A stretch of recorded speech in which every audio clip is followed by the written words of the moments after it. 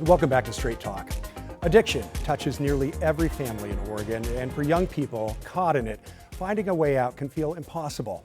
That's where 4D Recovery comes in. The peer-led organization serves youth and young adults 14 to 35, offering everything from same-day assessments and treatment to housing and community spaces. It was built around the idea that the best guides through that struggle are the people who've been there themselves. And joining us today, co-founder and executive director of 4D Recovery, Tony Vesna. He's helped launch several statewide recovery initiatives, including Peer Recovery Solutions and the Oregon Recovery High School Initiative. He's also shaped policy, serving as chair of Oregon's Alcohol and Drug Policy Commission. And Pam Pierce, board member for 4D Recovery and longtime prevention advocate. She serves on multiple state and local boards focused on mental health and addiction, including the Alcohol and Drug Policy Commission's Prevention Committee. She's also the co-founder of Oregon's first recovery high school, Harmony Academy. Tony and Pam, thank you guys so much for being here on Straight Talk. We appreciate it. Yeah, thanks for having us. Yeah, looking forward to the conversation. And of course, as we said, this is a subject that touches so many of our lives, including yours. If you don't mind starting with a bit of your journey through addiction and recovery, and Tony, we'll start with you. Yeah, it's a family disease oftentimes. It was for me. I got into drugs and alcohol early, became addicted early, was sort of a victim of the opioid crisis, got into that young, lost my mom to that, became homeless on the streets of Portland, in and out of jail, and eventually got sober at 27, found recovery, found people in recovery, breathed life into me, and then I got started on trying to help the community, and I've been doing that for the last 14 years. Fantastic. And Pam, for you? Similar story.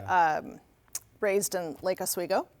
I am the child of someone who had an alcohol use disorder. I started drinking and using drugs when I was 14 years old.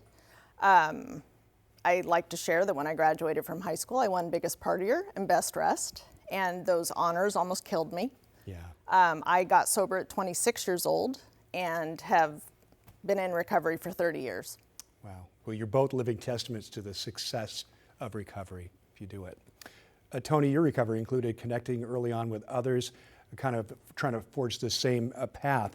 That led to founding 4D Recovery. Talk about that peer element and working with others in the same boat. Yeah, well, oftentimes the best weapon against addiction, is a person in recovery who's been through it, knows how to motivate people, can inspire them. Recovery is generated through hope.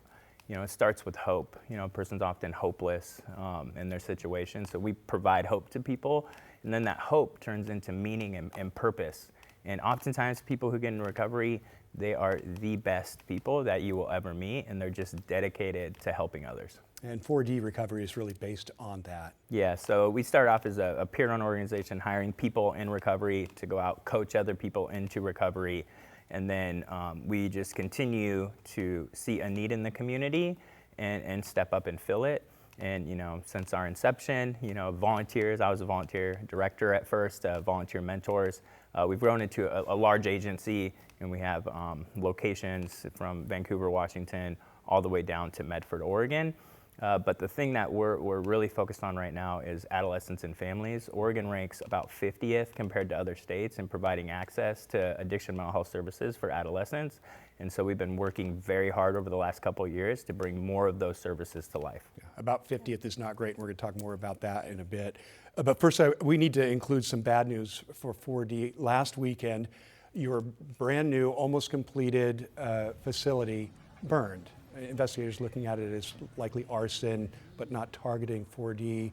How are you doing with that? This is a big loss for what you're trying to do. Yeah, well, of course, it's like you spend 2 years fundraising, hiring staff, preparing to open up a one-of-a-kind facility in America. And this campus, located in Northeast Portland, will provide, when it's revitalized, detox, residential, full-service outpatient with prescribing, family therapy, and then the bedrock of our organization has always been the peer recovery aspect. And so we're going to have a drop-in space for adolescents who are in recovery so they can meet, socialize, and run their own recovery space and take responsibility for their recovery. And it would have been the only type of facility that I'm aware of in America. Wow. And I know you're working through all the insurance and everything else. It's about a $5 million project, but you can also help. Go to 4D Recovery and just look them up online, and I know that you can use all the help always to continue the work. Absolutely. The community supported us. We raised money. We got money from the legislature, from local counties, individual donations. We are still fundraising for this project. Any way anyone wants to help, you can go to our website, or you can contact me directly at tony.vesna@4drecovery.org. Okay. Pam Pierce, you're on the board of 4D Recovery, but you've also got many other missions going and have been an advocate for a long time now, and particularly in the area of youth and prevention. Can you talk about why that is so important? Sure. I mean, I've been in recovery again for 30 years, and knew intuitively as a young person that what I had looked an awful lot like what my father had. And so over the years, I've tried to educate myself on what is this. And I always say, if it's predictable, it's preventable. And substance use disorders take a very, specific path. And so therefore, it's predictable. And so I've tried to, again, educate myself so that my children could know a different way. My husband is also the child of someone who suffered with an alcohol use disorder. And so I have spent years trying to understand it so that I can help and support my children to prevent it. And one of the things I like to share, I have a organization in Westland, Oregon, and I have a big youth group that learns about prevention. And one of the things I always share is, listen, substances by themselves are not an enemy, but not having the information to make informed decisions is. And there's enough science to understand the disease, and it's about delaying use. It is a brain disorder, and the brain needs time to grow. And so we need to create these environments and make sure that young people, their families, doctors, and all the various sectors in a community, that they understand the science so that we can support young people, so that they can delay use. And then should they choose to use, substances, any substance, alcohol, name it. Right. That they get to, but that they understand and they're informed. They're informed and have the information to start, which is so key. Absolutely. Yep. I'll give you both a chance to answer this, but I'll start with you, Pam. How is Oregon doing in regards to addiction recovery, prevention, and all of it? Well, Tony and I both were part of opening the first recovery high school in Oregon, and that's a win. And Oregon now has 3 recovery high schools. In 2025, Tony and I were also part of putting together legislation with Representative Walters, who was my district, that defined primary prevention and will look at and help create an infrastructure to help prevent substance use in young people. And so right now, Oregon is on the right path, but it took a lot of time and effort. Yeah. And a lot of different people jumping in, but we're trying to move that dial. Yeah. And Tony, we've got a long way to climb. Yeah, so I would say, we are on the right path when it comes to adults. If you take a look at all the gubernatorial candidates right now, I've been following the race. All of them have touched on addiction and homelessness is a key issue, right? And local policymakers understand the importance of addiction services. So it's no longer the debate of whether a person deserves treatment or whether they can recover. The debate's been focused on what's the best way to get them recovered.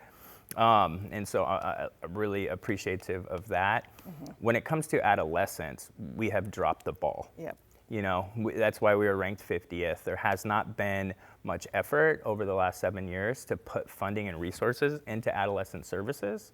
Some money has trickled out, but most of the money went to the adult system. Yes. And that's because we're trying to solve the problem at the end instead of prevention. And then I'll say when it comes to homelessness, I think we've missed the mark a little bit. We've determined that individuals who are homeless simply need a place to stay. And that is going to be the solution. And that is partly true. But individuals who are homeless also, a high percentage of them have addiction and mental health issues, and they need treatment and support to get them into a position. Like myself, I was homeless. I needed some treatment and support to get me into a position to be self-sufficient. Mm-hmm. I don't think our homelessness response has taken behavioral health into consideration enough to address the problem fully. Right. Well, let's talk a little bit about an issue that affects a lot of people that are on the streets is the decriminalization issue. Now it's been recriminalized, small amounts of hard drugs for people by the Oregon legislature previously. And deflection is where folks will go if they're not going to jail. How's it working? It feels like the deflection program has not served as many people as we would like. Tony? Yeah. Sure. Yeah, I think first you have to set real expectations about what deflection is and isn't going to accomplish. Deflection is a single intervention intended to move people towards treatment. In that sense, and it's only been going for a year. You have to give it time to come to fruition, but it's not going to solve every problem, right? We need other interventions in other spaces.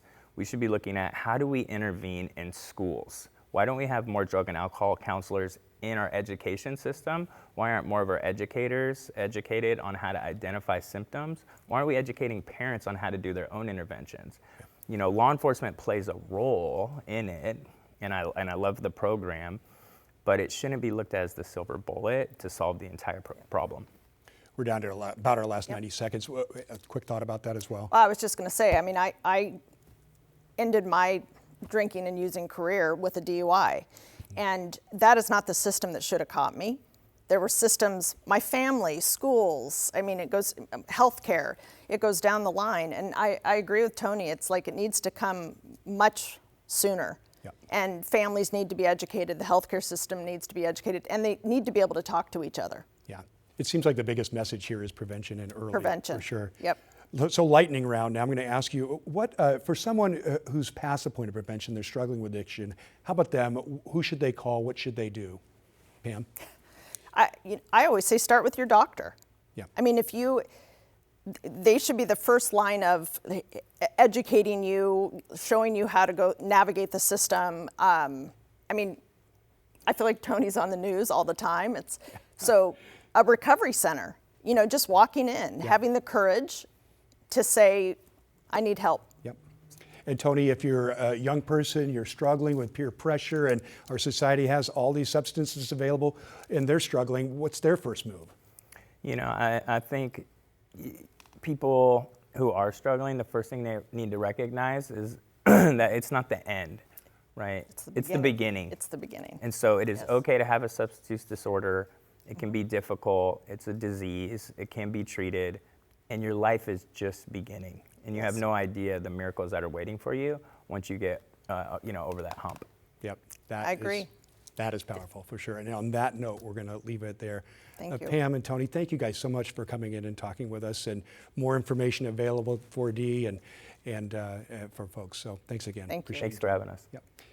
And thank you for joining us. A reminder, you can stream Straight Talk on your own schedule. Download the free TV app, KGW Plus, available now on Roku, Apple TV, and Fire TV. We will see you back here next week on Straight Talk.